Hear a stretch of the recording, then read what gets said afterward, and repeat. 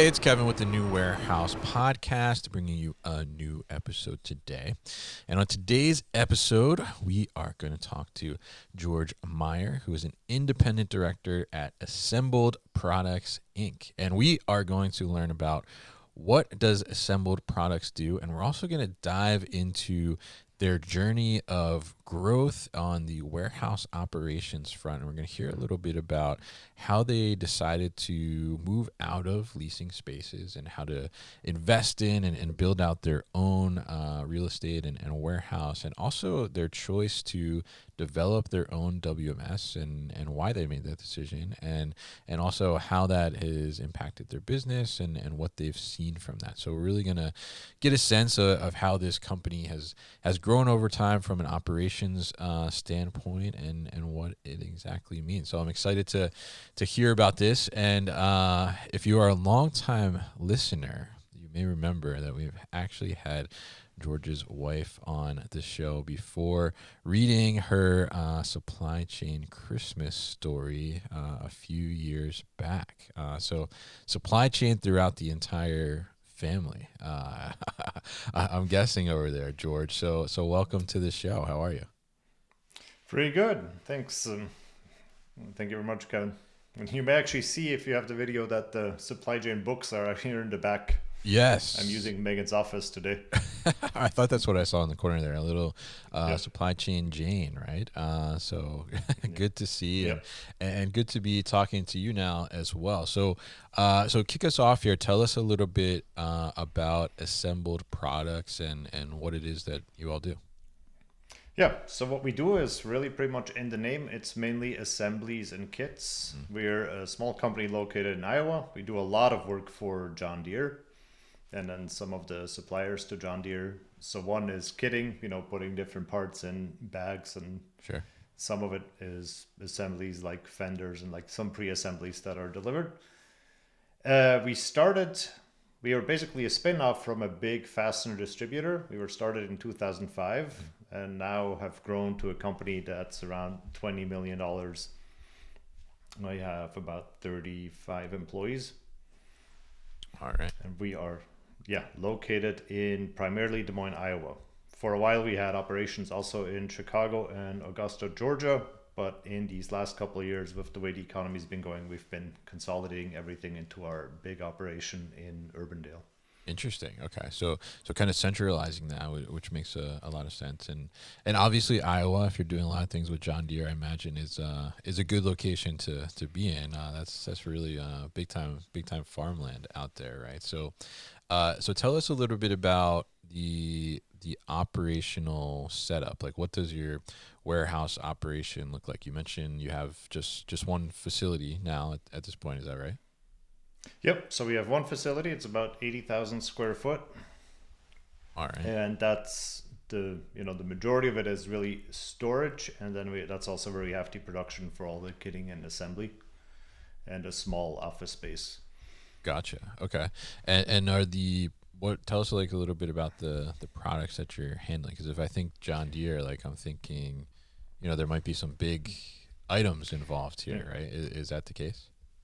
There are some pretty big items, like the fenders I mentioned for some of their bigger machines. But there's also, we really handle a lot of small stuff. So we grew up in the fastener industry, so it's nuts and bolts, a lot Okay. of tiny parts. And then in the last 7 or 8 years, we also got into hoses, which is somewhat mid-size. And this flexibility is actually something we really designed our new facility around. Yeah, interesting. So tell us a little bit about that, because back in 2019, you had been, I guess, leasing warehouse spaces, renting space, right, to run these operations in, which many people do, right, because the cost of real estate, et cetera, I'm sure. But you made the decision to build out your own operation. So I'm curious, what was the kind of catalyst to say, you know what, like let's stop leasing or renting space and let's invest in a space that we own and do that build out? What was, kind of the decision point to do that? So I think in a way it's kind of, it's been a dream. Like I said, it's a family company Mm-hmm. now run by the second generation. So there really is a desire to leave a legacy. Mm. And then in 2018, we just seen rapid growth. We've taken on the hose projects. That was the year, like it was a record year, and we had one supplier of the year at John Deere. So it was a very exciting Nice. year for us. Yeah. And then we really realized we were growing out of the facility we were in, because that was still very much geared to being a distributor, not like a light manufacturer as we are. And also like the financing offers, like it looked like one of the, if we were going to build, that was the time. Mm. Yeah, yeah, and I'm curious here because obviously you couldn't have predicted what happened the year after, right? But Yeah. did that? I mean, did that play to your advantage in any way with the pandemic unfolding and the year after in 2020? Did that have any impact? So I think what really helped us is, yeah, so in 2019, the building was built and Mm. we moved in and we Okay. got all the operations settled, and we finally, and we got our new system going, and we were a very efficient operation at that point. So we were really in a good spot going into the pandemic to continue doing what we were doing. Mm. Like there wasn't a lot of need to be hands-on and make changes in the operation at that time. Gotcha. Okay. All right. Interesting. Yeah. Yeah. I was curious about that. I saw the timing, and I'm like, oh, like just in time, I guess maybe. But when you look at that, and when you thought about that, right? Because obviously it sounds like you were kind of on a bit of a growth trajectory at that time, right? I mean, becoming the top supplier for John Deere, and it sounds like the business was growing. So let's invest in our own space and make that happen. How did you make the decision to develop and form a space that would be suitable for the long term, right? I mean, we're here. I guess what is 6 years later now. You're still in the same space, right? I'm guessing. So, Mm-hmm. so how did you kind of make sure that like the space that we are going to, I guess, put our roots in and stay here for a while is going to last us for a while and be viable for the long term. So the funny story about that is we overbuilt the facility, right? And we built 80,000 square feet Okay. at a time when we thought we needed 60,000, Okay. and we had a plan, and we were renting part of it out like from the start. Yeah. And then there was this crazy crunch after the pandemic was over, and then we needed all the space we could get. Like it was completely Sure. full. And now, as I mentioned, now we consolidated our other sites into it. So but like I think that was a big part is we built bigger than we thought we needed because we expected the growth trajectory to continue. Mm. Yeah. Yeah. Interesting. And I think it's interesting to hear that kind of fluctuation, right? Which I think probably a lot of people experienced during that time period. So I'm curious. I mean, Yeah. was there a time period where you're like, "Whoa, maybe we didn't build big enough. Like we need more space." There was. So Yeah. there was for a little while we had horrible overflow spaces. Like I mentioned, we had a small site in Chicago, Yeah. and we had a building next to it where in the winter people basically had to walk, like a little bit down a hill to get parts from like the overflow place. Oh, yeah. Like it was, yeah. And, it's more or less running extension cords from one cable to another. It was not optimal, but whatever it takes to make the customer happy. Yeah, absolutely. Yeah, yeah. And the customer, I think oftentimes doesn't realize everything that's going on behind the scenes to make them happy, right? Which I think is one of the things I admire about operators and people that make it happen. So really interesting to hear about that. And now tell us about like, because you mentioned that you moved in there. And you already made the operation very efficient, right? So when you moved in there, it was running very efficiently. But what went into like the design of the operation itself? I mean, it sounds like the majority is a lot of maybe smaller parts, but some variability there in sizes. So how did you lay it out from an infrastructure perspective, from like a storage perspective? What does that look like? So we looked at, basically we looked at our experience, and we also got external opinions.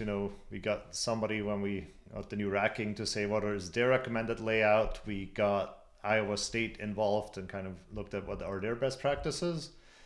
And then we designed, what we thought would be the best fit. So we have, which is somewhat unconventional, like different size aisles. Like we have one very wide aisle to move really large parts through if we want to. We have some cantilevers where we can hang things up, and then we have a lot of traditional racking. And then also for slower moving inventory, we decided to build some double deep racking to make good use of the space. Gotcha. Okay. So there's quite a big of variety, like based on everything we've seen or that we expected could still coming. Like we thought of like how could we accommodate that. Yeah, interesting.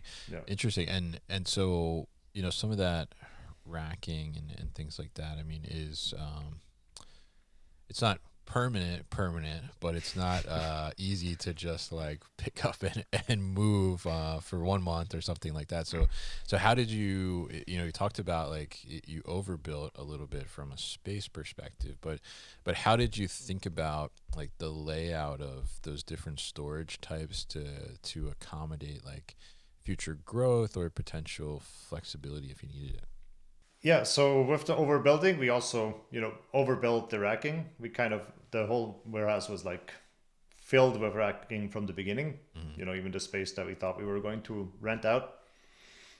Then the design, it was interesting. We got the first consultant we had come in, they sent us a CAD drawing, and we noticed like, well, some of the structural poles of the buildings would be in the middle of an aisle. That's not going to be a lot of fun for a forklift driver. Sure. Yeah. So there were some of these constraints that we tried to accommodate. And at the end of the day, we basically used Excel, like we turned it into graph paper and like, millimeter by millimeter, like did a to scale drawing of, what if we make these aisles this wide? Like what kind of storage can we put in? And we played with a lot of scenarios and did the math on what gave us the most locations for the different types of sizes. Interesting. All in Excel. Yes, it was. We are extremely pragmatic, I would say. Yeah. But it was funny because you had a plan at the end of the day that was, one page that you could print out from Excel with all the different colors and the aisles, and the plan made sense to everyone. We got the racking set up exactly the way it looked on that paper. Yeah. I mean, I would, I would love to see that Excel file. I think it's probably pretty fascinating to look at. But yeah, interesting to hear that, and I love that you're able to do that and figure that out. And I think that it makes so much sense to be able to see that layout before you start like putting bolts in the ground, I guess, so to speak, and do that. And now you also made the decision to create your own WMS versus going out and buying one, right? Was this something that was prior to that move, or this was like involved in that move too, and you had like a previous WMS, or how did that kind of come about? Yeah, so it came about from a couple different directions. So one is my original background is software development, and actually developing like warehouse management and like logistics systems. So I had a lot of hands-on experience. And we had taken over a homegrown system from the company that had spun us off. And we made some changes to that. So we had some pretty good experience with hands-on and like knowing what skills we needed for that. And we also looked at, let's say off the shelf, and we saw like the effort to customize it, or, the number of steps involved compared to what we were used to, which was already trimmed for the operators. Just seemed like a lot to take on. And so once we figured out, okay, realistically, we can build this ourselves, that was definitely the way to go. Yeah, very interesting. So, because I think it's a very interesting. I'm always interested to hear like somebody says like, "Well, we decided to build our own WMS," and I'm curious like the reason because there's so many WMS options on the market, right? It's kind of like why would you build your own when there's so many there? So tell us a little bit about some of those kind of maybe unique nuances with your business or your operation where you felt like anything off the shelf was like not going to be able to handle that, or needed further customization to be able to do that? What were some of those things? So for one, we wanted the move to be very easy, right? So we wanted to be able to use all the existing like labeling and how we had the parts in the system already. So that was one, like we didn't want a system where we would have to relabel everything. Then we're also working closely with John Deere. We have a lot of EDI integration, and one thing that was very important to us was John Deere started pushing those VDA requirements, right? So they want to be able to like know for every pallet, if I can scan one barcode, I want to know every box that's on it of every part and every lot number. Yeah. And from systems we had seen, that was usually a very painful process to like put that together for a shipment. Like it would take an operator quite a bit of work. And we wanted something where the system knows at all times what's on every pallet. So if you pick the whole pallet and ship it to the customer, it's basically, like no additional work, instead of like starting to set up a whole new pallet and individually doing all the scanning to it. So it was little things like that. And then also for our build process, right, that's very bill of material driven. We wanted to have some clear rules that operators cannot overpick raw parts, or be very sure they pick the right things. And yeah, so just it was all of these things from our experiences that we're sure like there are off-the-shelf systems that can do it and can do all that, but to find the mix of all of our specific requirements was not that easy. Yeah. It's very interesting, and it's interesting to hear that perspective too, and not finding all the requirements in one, right? And I could see that being a potential. So tell us a little bit about because you mentioned you software developer, right? Have developed some software. I guess you were instrumental in developing this WMS, right?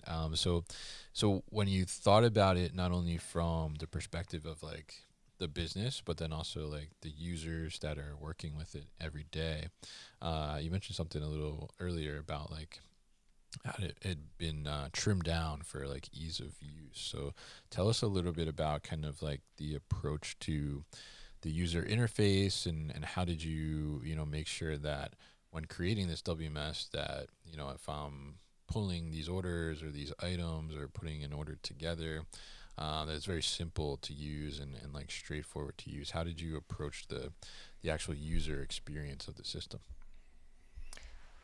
So I had the advantage that earlier in my career, when I got to build a WMS, I had a chance to work in a very similar operation for basically a week, do all the processes from receiving, shipping, driving around forklifts, all the good stuff. Yeah. Picking and having that experience, and also knowing the operators at Assembled Products very well, so that it was easy to get feedback. Could show people, okay, here's what we're thinking for this screen. Like, let's go do some test picks, see what works, see what doesn't. So it was, we were very, very close to the people that will use it every day.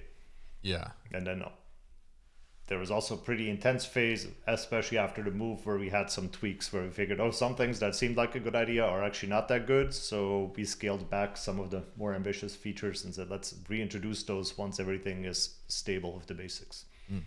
Interesting. Yeah. And I think involving those workers in the development process, or at least getting like feedback from them on what they look for or what doesn't make sense to them, I think is a really important thing to do.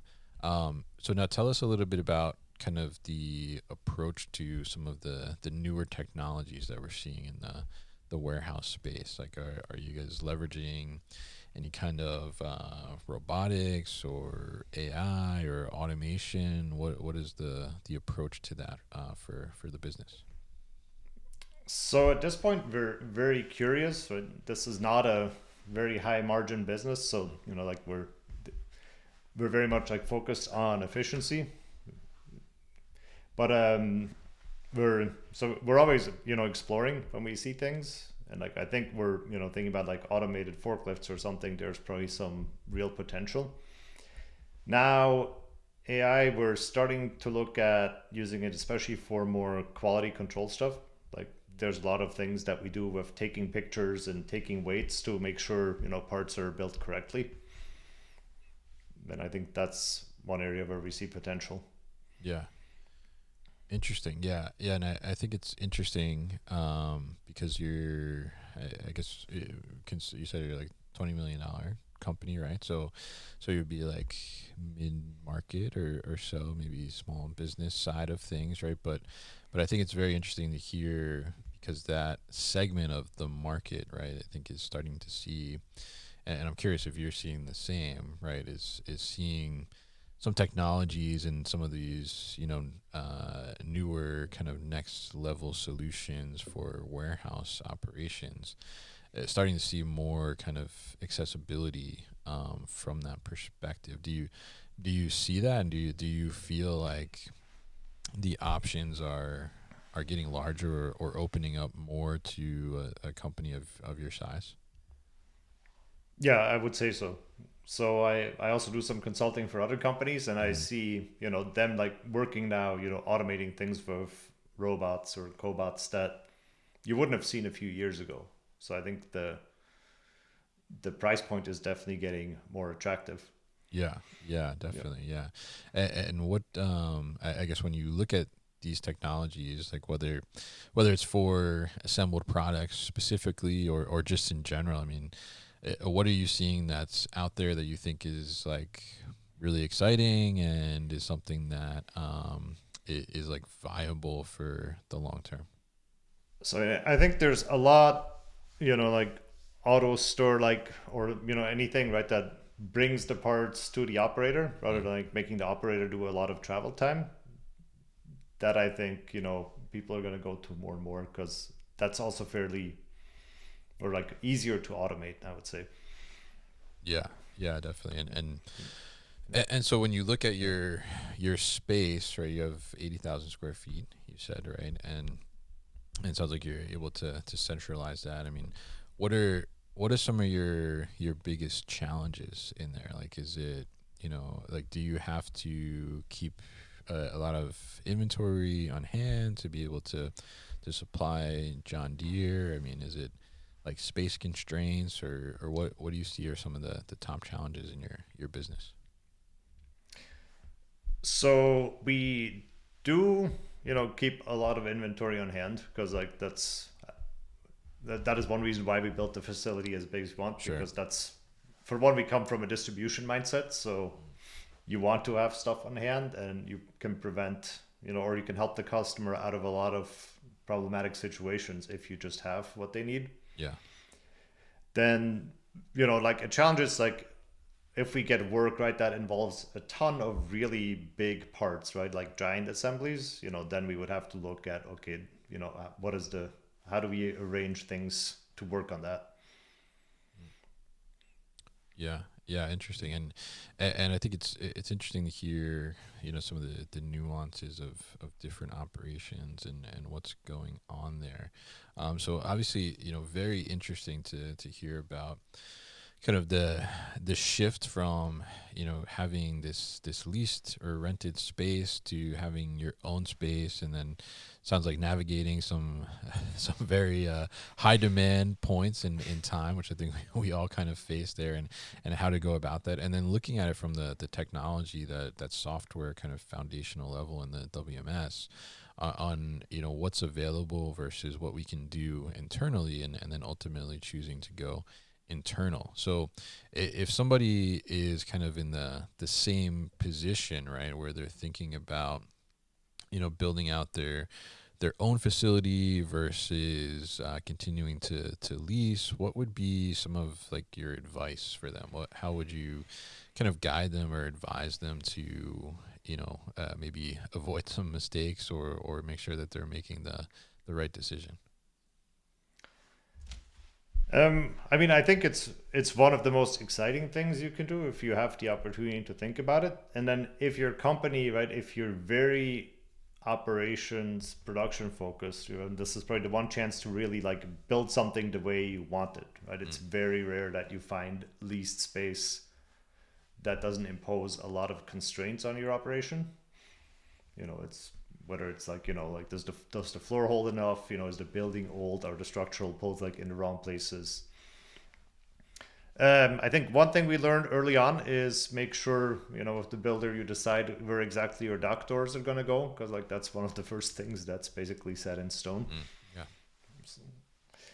Um, and then I would say, so for us, the key person was our director of operations and then our warehouse manager. And, like we were sure the people who ended up using the space and worked in the space were very involved in making a lot of the decisions, or had a chance to challenge also when we were thinking, like we had a big argument about like how much receiving space will we really need. Because of course, right, that's we ideally we like to use the space vertically and not just have a big horizontal open floor. Yes. Yeah. So I'm curious what was the conversation there? What was, like one team was like, no, we don't need that much space, and one team was like, no, we need more space for receiving. Like how did you kind of determine that? Because it sounds like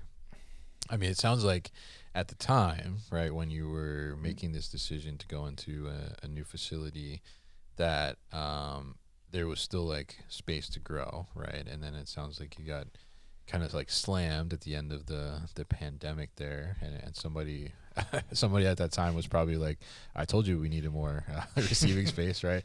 But how did you ultimately kind of determine and figure that out, like how to allocate what percentage of space to receiving, or what percentage of space to shipping, or what percentage of space for just general storage or other activities? I would love to say, it was super scientific and we had great models, but Sure. but I think part of it was negotiation, part of it was, common sense, and saying like, okay, right, like what is realistically what we have to buffer. If we unload one full truck, then how fast can we get things out of the way into the storage? Because I mean, the nice thing is we're a company with a very good culture, so we could have these open discussions and disagreements. Yeah. And yes, somebody may say, yeah, when we're getting slammed and there's one truck unloaded and two more waiting, that, see, I told you, but we also know that's not the norm. Yeah. So I think we ended up pushing, probably a little more of like, let's try to be as efficient as we can, and say we can always take down like one section of racking and make a little bit more space for receiving if we have to. But we were open to try and, be like as space efficient as we can. Interesting. Yeah. And I think that's interesting to think about that, because it's kind of, in a way, it's like you try to predict your business as much as possible, right, and forecast, but then things happen and you don't know, and it could be a multitude of different things, and then you have to kind of rework and change a little bit, and like you said, maybe take down one section of racking to give a little bit more space for receiving or shipping or whatever the case may be.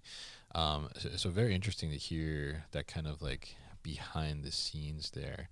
Now, if you look at kind of the future of the business, what does like scaling or growing look like? Like, will this operation suit you for multiple years to come, or how does that look?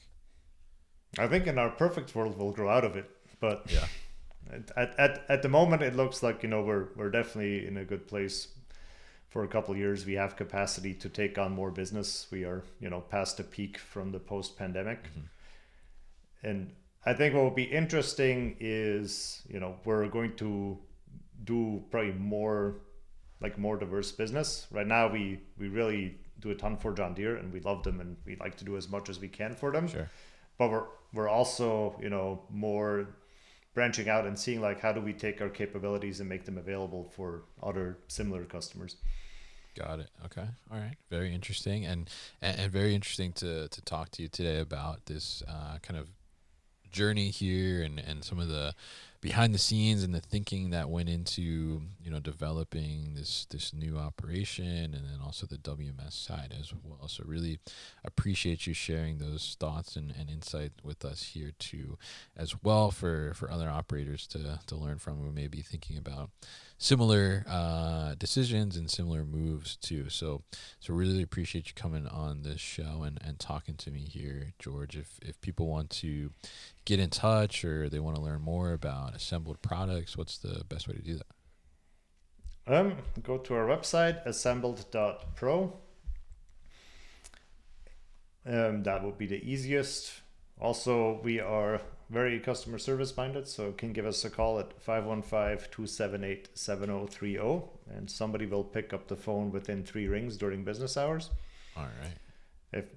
And then you can get a hold of me, just George, no E at the end, GEORG at assembled.pro.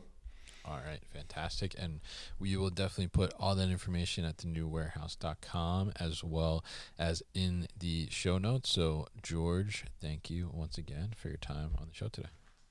Yeah, thank you very much, Kevin. Hey guys, thank you so much for tuning into today's video here on our YouTube channel, The New Warehouse Podcast, and I appreciate you tuning in.